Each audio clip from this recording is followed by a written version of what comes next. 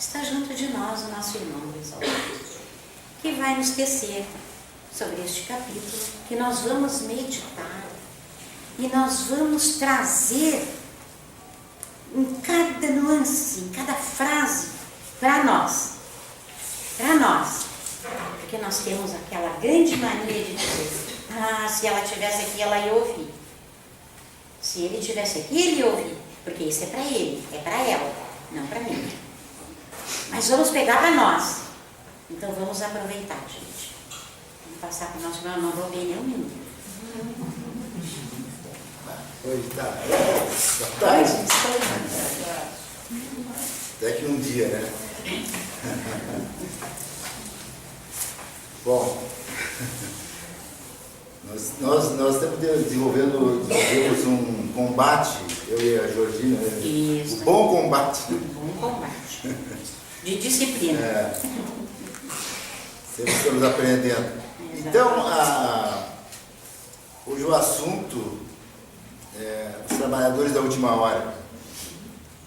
E lembram que poucos dias atrás nós também falávamos sobre esse tema e a história, né, Jesus conta aquela parábola, aquela história de que um senhor lá da vinha saiu a buscar trabalhadores, tá? E saiu lá durante o dia e buscou várias horas pessoas para trabalhar, combinou o preço, tudo certinho, né? E lá no final da tarde ele ainda conseguiu juntar mais pessoas, sendo que estas trabalharam somente 1 hora, né? E terminado o expediente, ele chamou os encarregados da vinha e mandou fazer o pagamento, começando pelos últimos.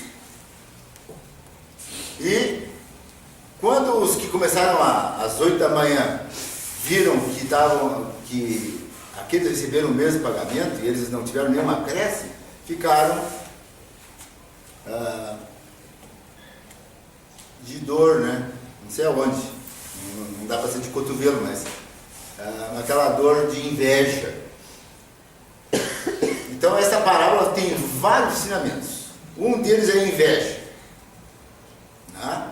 Que eu já citei outra vez, que nós comentamos. Então que nós não nos contentamos. O que nós temos que ver com a pessoa, mesmo companheiro de empresa, né? Ou de órgão, ou de instituição, seja lá onde for que nós trabalhamos, o que nós temos que ver se o nosso colega ganha mais do que nós? Né? Nós sempre, diz o Hermínio de Miranda, né, que estudos de psicologia negocial, né, apontaram já que o ser humano está sempre preocupado com o salário do seu colega. Não está preocupado com o seu próprio salário, ele sempre está de olho no contra-cheque do colega. Né? Então, é algo assim, é constatado, mas é uma coisa errada, né? E Jesus lá, 2000 anos atrás, ele apontou essa questão da inveja. Então, o direito trabalhista hoje, né, que exige, né, mesmo salário, né, para as mesmas coisas, muitas vezes está equivocado. Está equivocado porque, né, tem muito empregado que muitas vezes não merece promoção, né, tem outros que merecem promoção, por quê?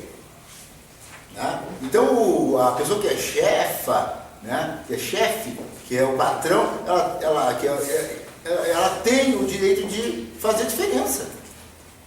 Né? E assim é a nossa vida em geral. Deus faz a diferença quando nós, sabe? Nós somos premiados, né, ou somos reprovados. Né? Na nossa vida, somos premiados, somos reprovados. Mas, só que com Deus é diferente, né? Com Deus existe a reeducação das pessoas. Não é simplesmente assim, ó, né? Chicote no lombo. Não é assim que funciona com Deus, né? Então, às vezes a gente se arrastando pela terra, como eu sou sofredor, como isso e aquilo. Então, não, sabe? Cada um tem o que deve ter para começar. Né? E Deus é justo.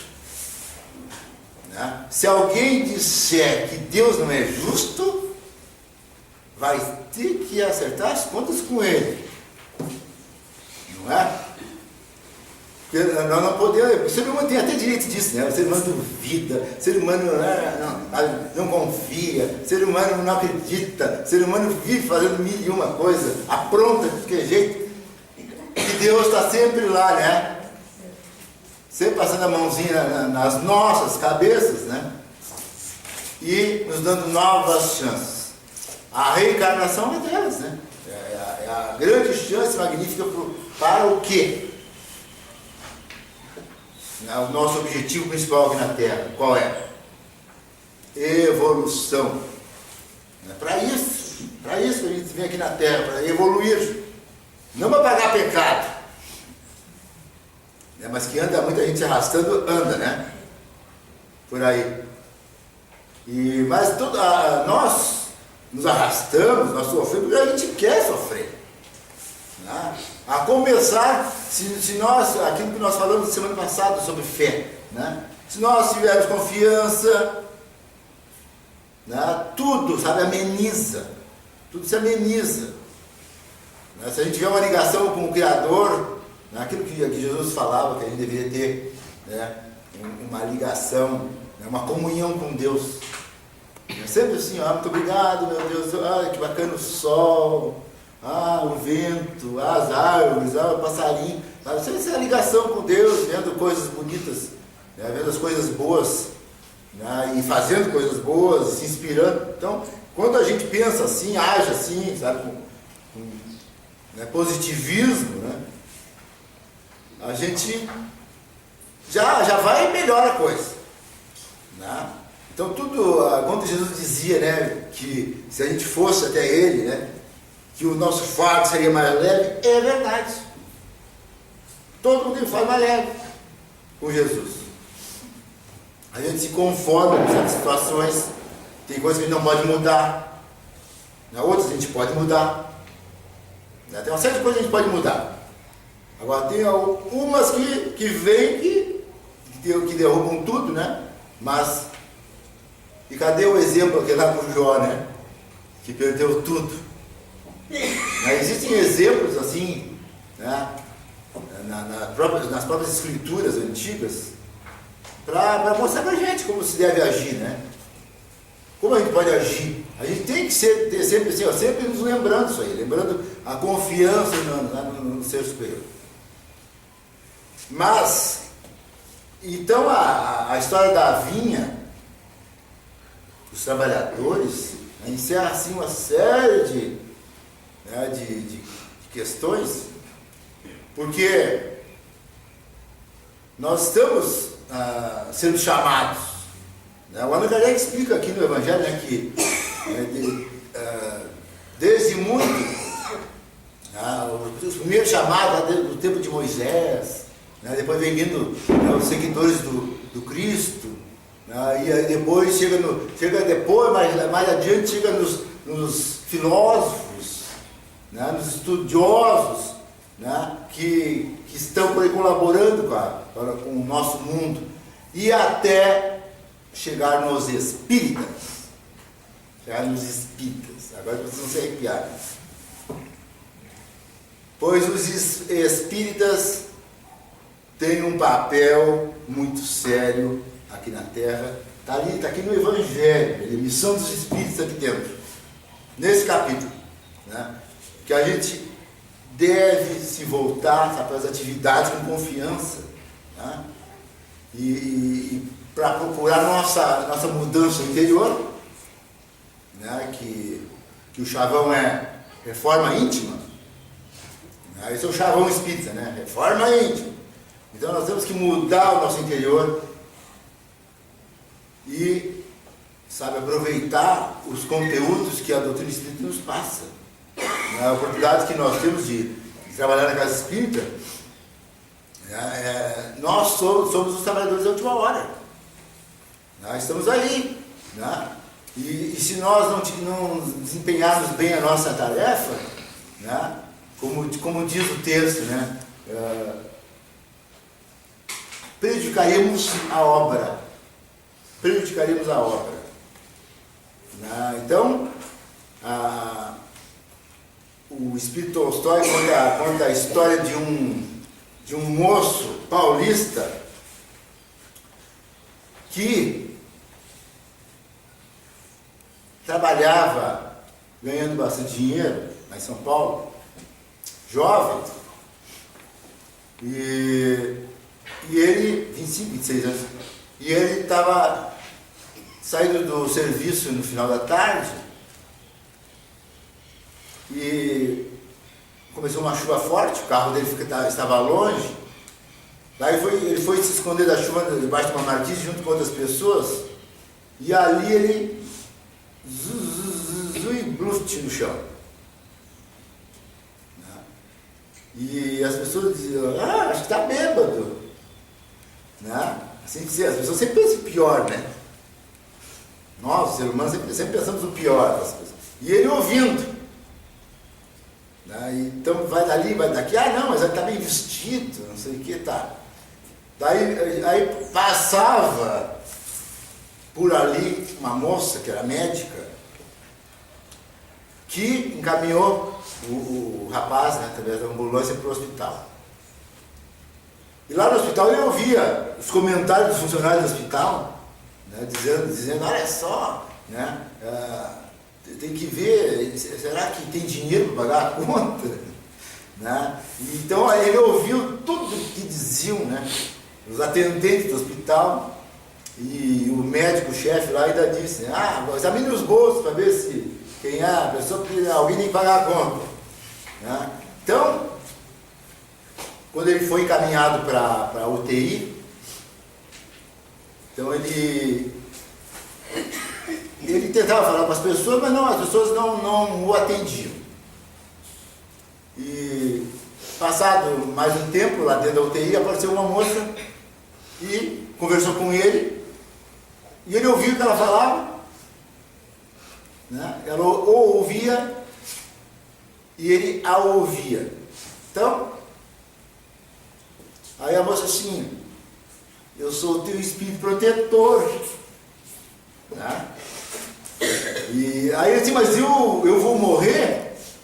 Assim, por enquanto não. Mas se tu continuares não dormindo direito, não fazendo exercícios, né?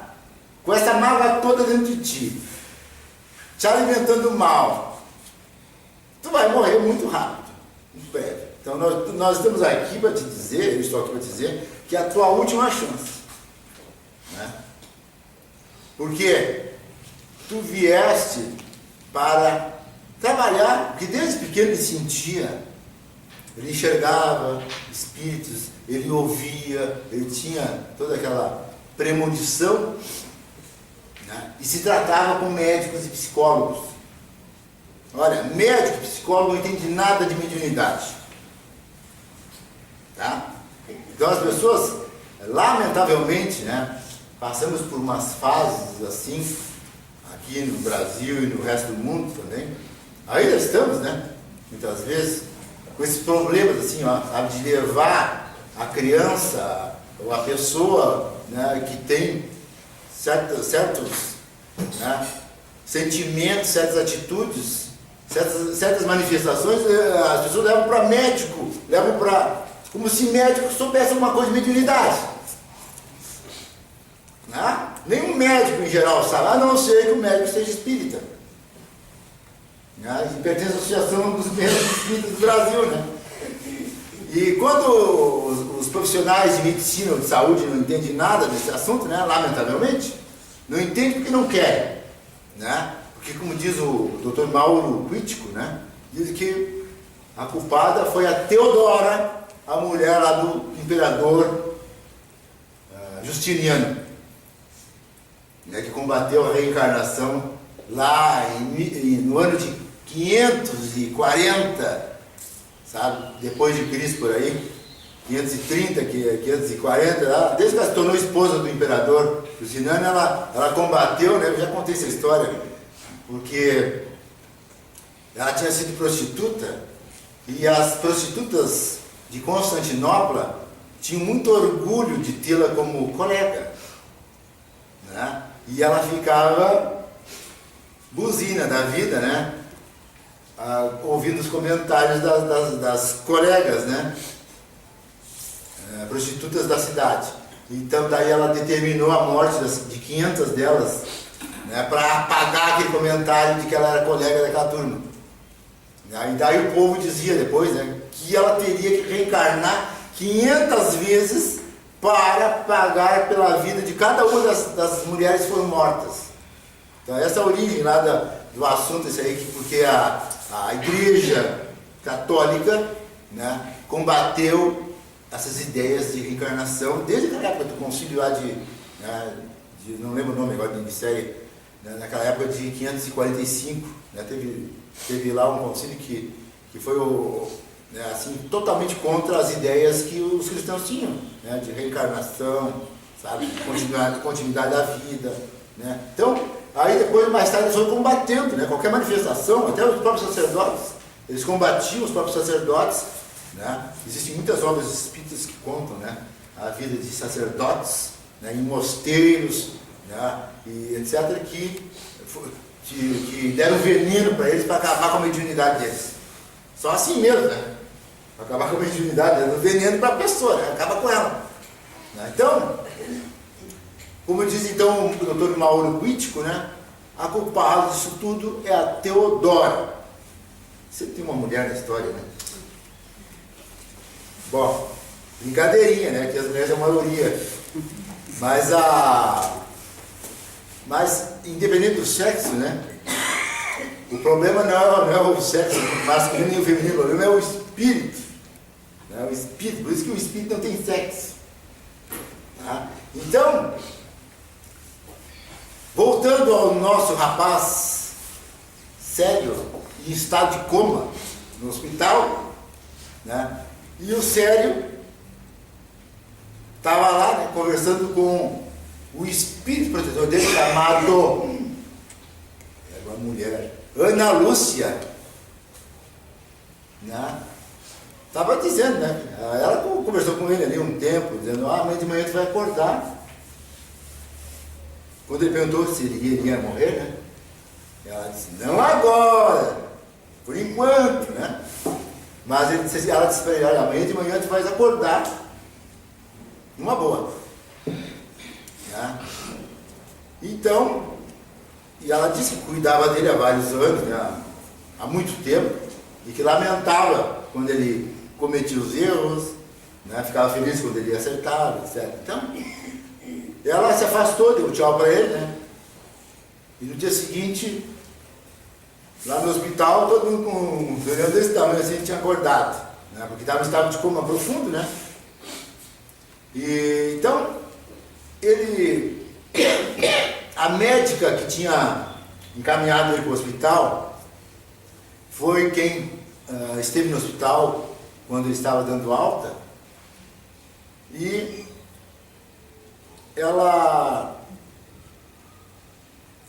eles tiveram uma atração fatal, né?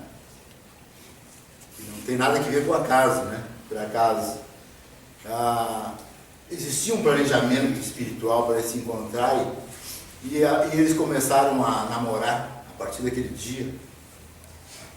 E como ela era uma médica espírita, ela encaminhou ele para o centro espírita, junto com ela, foram, né, estudar abraçadinhos, né? E lá na casa espírita, aí que vem, né, a questão, né, que nós presenciamos na casa espírita, né, que é sabe, lá na casa espírita chegou o presidente da casa, né, tinha uma queda pela namorada dele, né, e aí foi indo, né, começou a haver disputas, né, começou a haver, né, trocas, né, muitas vezes de insultos entre os dois dentro da casa espírita. E vai indo, mais tarde teve eleições na Casa Espírita, depois de 2 anos, eleições, e o Célio foi eleito presidente da Casa Espírita, né? E fazia de tudo para expulsar o João Marcos, que era o nome do outro, de lá de dentro. Então começou a ver isso aí, né? Começou a ver esse problema. Então, vai daqui, vai dali. Vejam que isso acontece em muitas casas espíritas, porque nós estamos na casa espírita, nós não somos anjinhos. Quase, né? Nós não somos anjinhos, né? Todos nós, assim, ó, temos ligações do passado, sabe, assim, entre nós aqui, né? As pessoas que estão aqui, vocês todos aqui, todo mundo tem ligação. Né? Você tem ligação com a família de vocês, com os vizinhos, né? Assim, a gente se cruza, todos nós nos cruzamos com as pessoas por necessidade de reajuste. Né? Então nós precisamos nos encontrar, sabe? E nada mais sábio do que Deus, né? Do que Deus. Ele ajeita tudo para a gente se encontrar. Que não tem escapatória. Não tem escapatória. A gente sempre acha, sabe, a gente vai daqui, vai dali, né? Disfarça, né? E sai pela esquerda, né? Não adianta. Né? Não adianta a gente ficar disfarçando, a gente até muda de casa espírita muitas vezes, né? Muitas vezes a gente vai atrás de outra casa, né? Outras pessoas, e, sabe, e se engana. Né? Que nós vamos sempre estar encontrando, sabe, com alguma criatura. Né? Problema a gente vai encontrar sempre, aqui, ali, acolá, em qualquer lugar do mundo. Né? Qualquer lugar do mundo, não adianta. E vai indo lá, né, naquela questão lá dos dois, né? E os trabalhadores da Casa Espírita achavam que o pivô era a Maria Clara. Né? Mas não era só ela pivô. Lá pelas tantas, o próprio João Marcos se recolheu, né?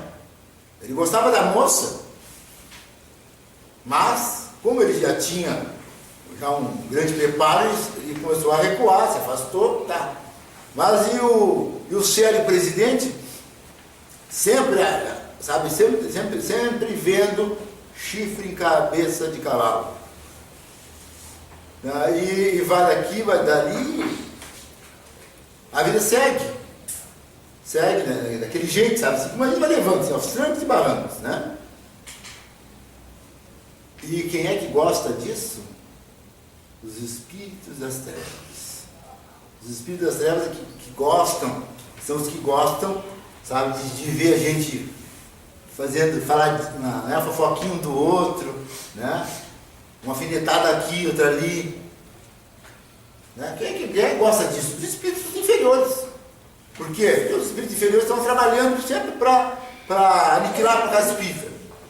Fechar com a casa espírita, sabe? Ou qualquer casa, né, principalmente a casa espírita, né? Porque a casa espírita é o grande avanço do mundo, né, para espiritualizar as pessoas. Né? O top, né? A casa espírita é o top da espiritualidade, né? Para abrir os olhos, né? Para consolar, né? Para orientar os espíritos e as pessoas, né? Os dois mundos aqui juntos, trabalhando juntos. Então, vai indo aquela situação, até que um belo dia, o Célio presidente se sentiu mal porque ele viu um senhor numa cadeira de rosas na sala lá sendo atendido, e ele se lembrou do passado. Quando ele estava lá no hospital, o espírito Ana Lúcia fez uma regressão de memória nele e mostrou para ele quem ele tinha sido há 2000 anos atrás. Então, e ele viu o que ele tinha feito, né? Que é um assunto assim, muito interessante, sabe? Nesse livro do Tolstói, eu vou ter que dizer o nome, né? Porque o nome, infelizmente, é Mulheres. Mulheres. Não sei se tem o Homens Notáveis ou Mulheres, alguma coisa assim. E aí fala, aí ele soube de que ele tinha sido um judeu que tinha sido escravo e tornado soldado romano. Judeu, tinha sido escravizado por pelo general Flávio Tarquínios, e que o tinha colocado como seu escravo e seu soldado. Então, a história é longa, né? Não teremos tempo aqui para contá-la, mas ela... E ali, então, estava, sabe, o ódio, e ele se vingou desse general. Por quê? Né? Ele viu os soldados romanos, quando invadiram a Palestina, na casa dele, os soldados estupraram a mãe e as irmãs. E ele amarrado. Né? Então, e ele jurou que se vingaria.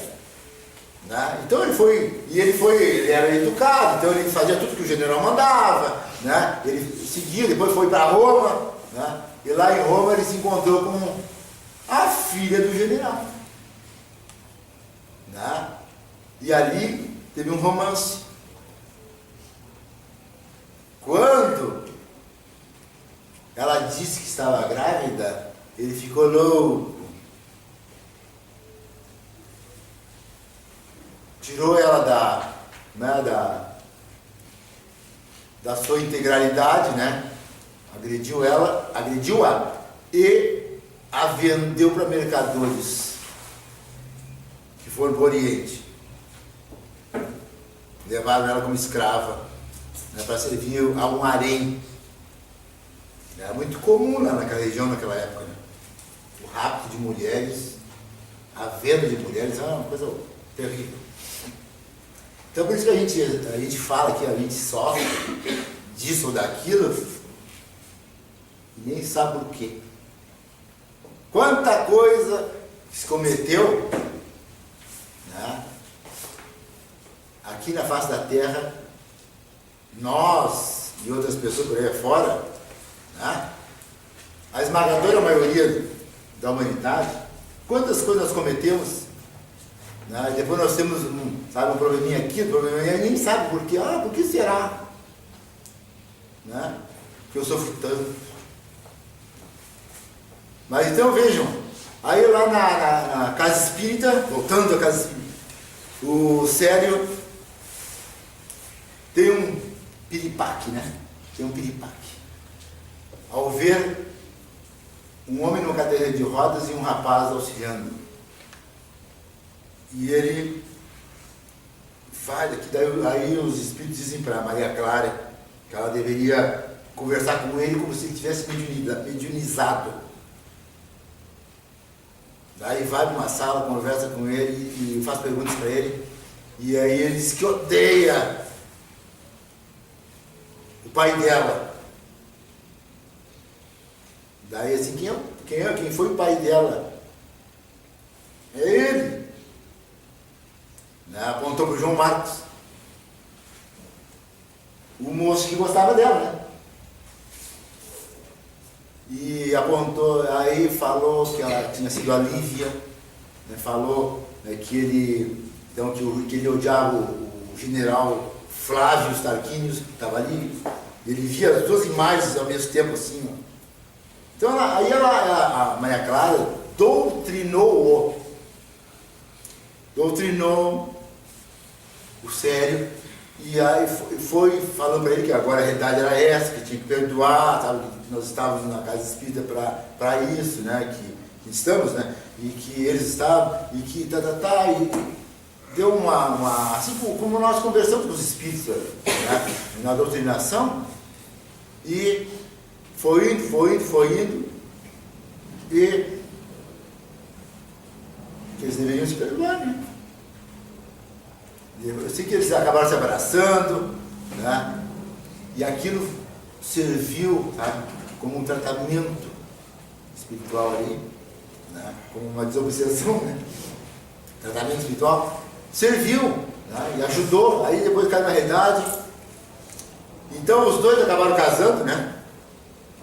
Célia e Maria Clara acabaram casando, e o João Marcos, o titio, padrinho dos filhinhos deles, né? Tudo uma história assim, ó, de 2000 anos. Reencarnaram várias vezes, sabe? O Célio